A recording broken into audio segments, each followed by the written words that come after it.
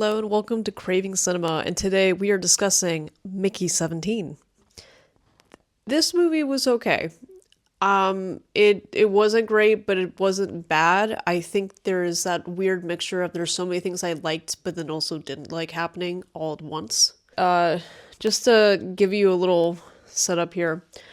So set in the future, the plot follows a man who joins a space colony as an expendable, a disposable worker who gets cloned every time he dies for research purposes. So this is actually based off of a book called Mickey 7. Obviously, for Bong Joon-ho purposes, we've changed it to 17 and 18. Let's start off talking about the characters. Obviously, we have Robert Pattinson playing Mickey 17 and Mickey 18, and obviously all the other Mickey variations throughout this. Mickey 17 is very meek. He just kind of accepts the role that he's playing in this weird colony. Is it kind of like a religious colony too? That's a big thing. And he's just very accepting of how, frankly, mistreated and abused he is. Especially by the science lab, which was interesting to me. I thought maybe they would have the sympathy for him, but they are just constantly just putting him through the ringer. And so then we get Mickey 18, who is very different from Mickey 17. He is, frankly, very like confident and just ready to kill and get revenge for how terribly he's been treated, like him and all the other Mickey variations. And alongside the Mickeys is Nasha, played by Naomi Aki. I always want to say Nasha Aki by accident. Anyway, she is really on fire in this movie. I think she's easily like one of my favorite characters. She's one of the like military people, I want to say, like almost like a soldier. And so she very much can hold her own, and unlike Mickey, is constantly protecting him and just, ready to go. And okay, alongside that, I guess we'll say like the big bad is Mark Ruffalo. I really liked his like over the top, like kind of like dictatorish thing going on. I know some people thought it was just like too much, but I think he is so good at bringing that energy. Like, if you've seen him in Poor Things, like, this made me want to rewatch Poor Things, just to see him, like, losing his mind and just getting, like, more and more, zany. But yeah, I thought Mark Ruffalo and then Toni Collette, who plays, like, his wife, and frankly, advisor, I think those two together were so great. Just the scariest codependent relationship you have ever seen, which comes into play later in the movie. I was like, I've called it. I kind of want to talk about pros and cons real quick. Like I said, there's things that I really enjoyed about this movie and things that just didn't work for me. So I want to talk that out. I've been seeing just kind of like back and forth reviews. Some people really love this and some people just don't vibe with it. And I understand both sides. I gotta say that. So let's talk it out. Let's start with cons. A big con about this movie, I would say, is that there's too much going on.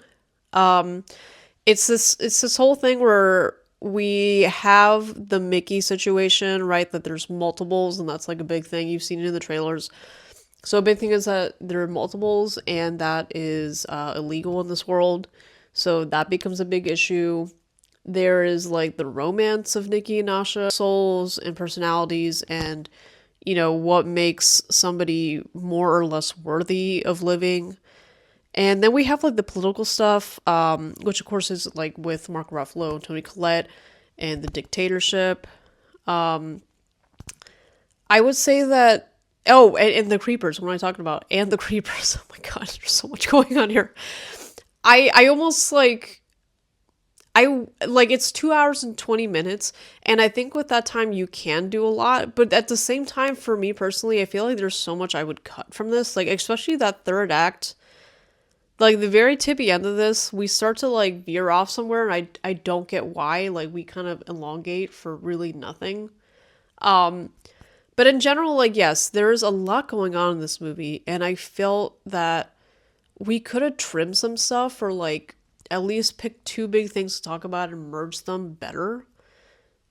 And yeah, I think the first half, like, is a little rocky for me because I don't all the way get where we're going with it.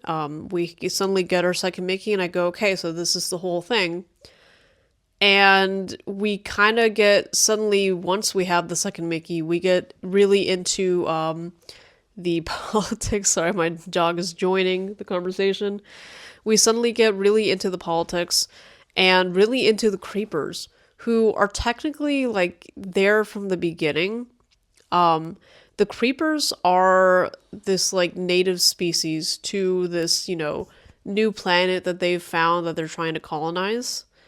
And they're kind of there from the beginning, but they're not really a big threat. Another thing, we're going to talk about Timo and Kai. So, Stephen Yeun plays Timo, and Anna Maria plays Kai.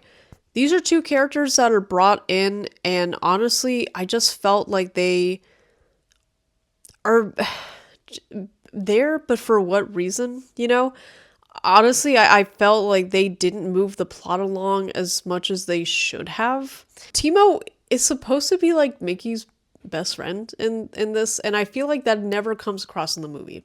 Timo to me is just like a random character that keeps like popping up here and there. So the whole like, oh, he's my best friend, which is even mentioned in the movie, that is just not presented well in this. I have mentioned that I liked that the characters here are over the top, but I think a big issue for me is that some of the over top scenes, like the goofiness of the scenes, it just kind of come out of nowhere and they don't quite work for me. And that's kind of another thing. Bong Joon-ho is actually really funny.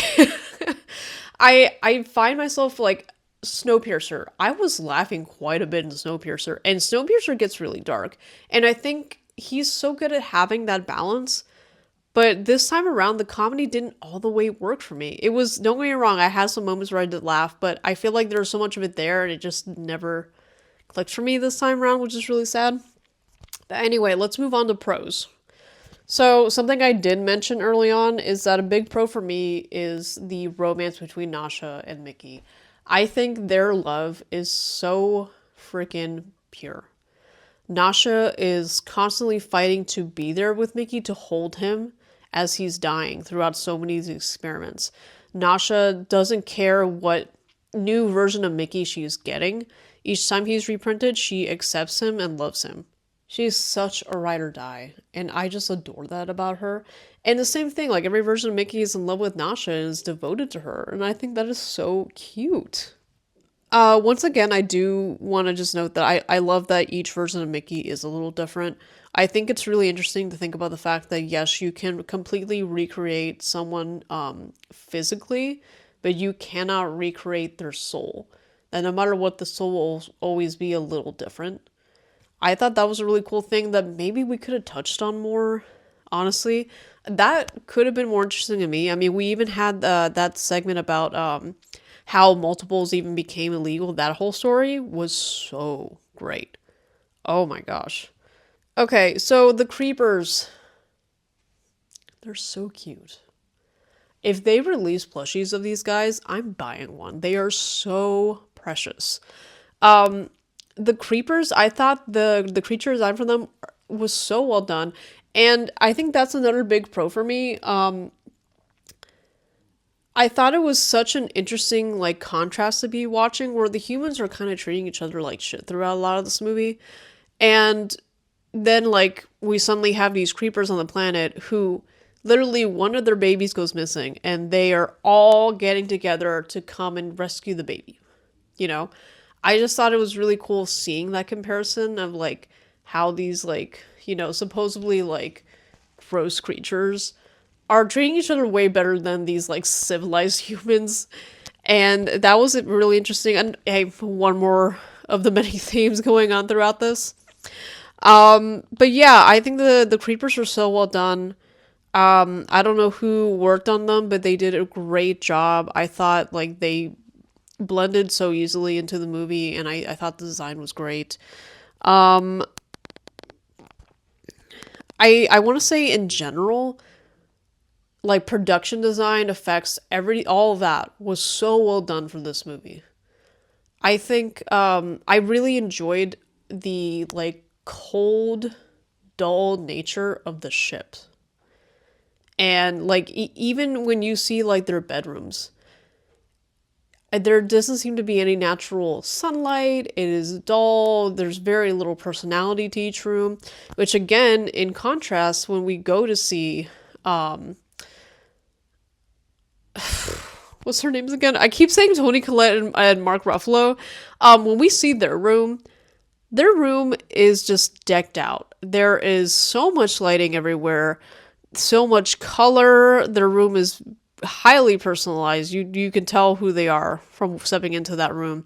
And I felt like that was such a great touch to have throughout this, like having this entire ship feel so like soul crushing, and then having that vice versa of like this person who's like gets to like still like live their life as though they're not on a, shitty ship out in like some frozen planet.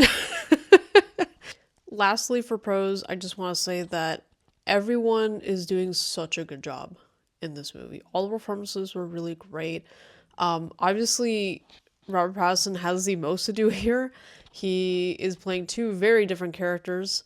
I think both characters are so specific and just played out so well. They're both also like I think all of this is a little over the top, and I think definitely the Mickeys are over the top with their personalities, but again, like done really well, and it feels so crazy that it is the same person playing them.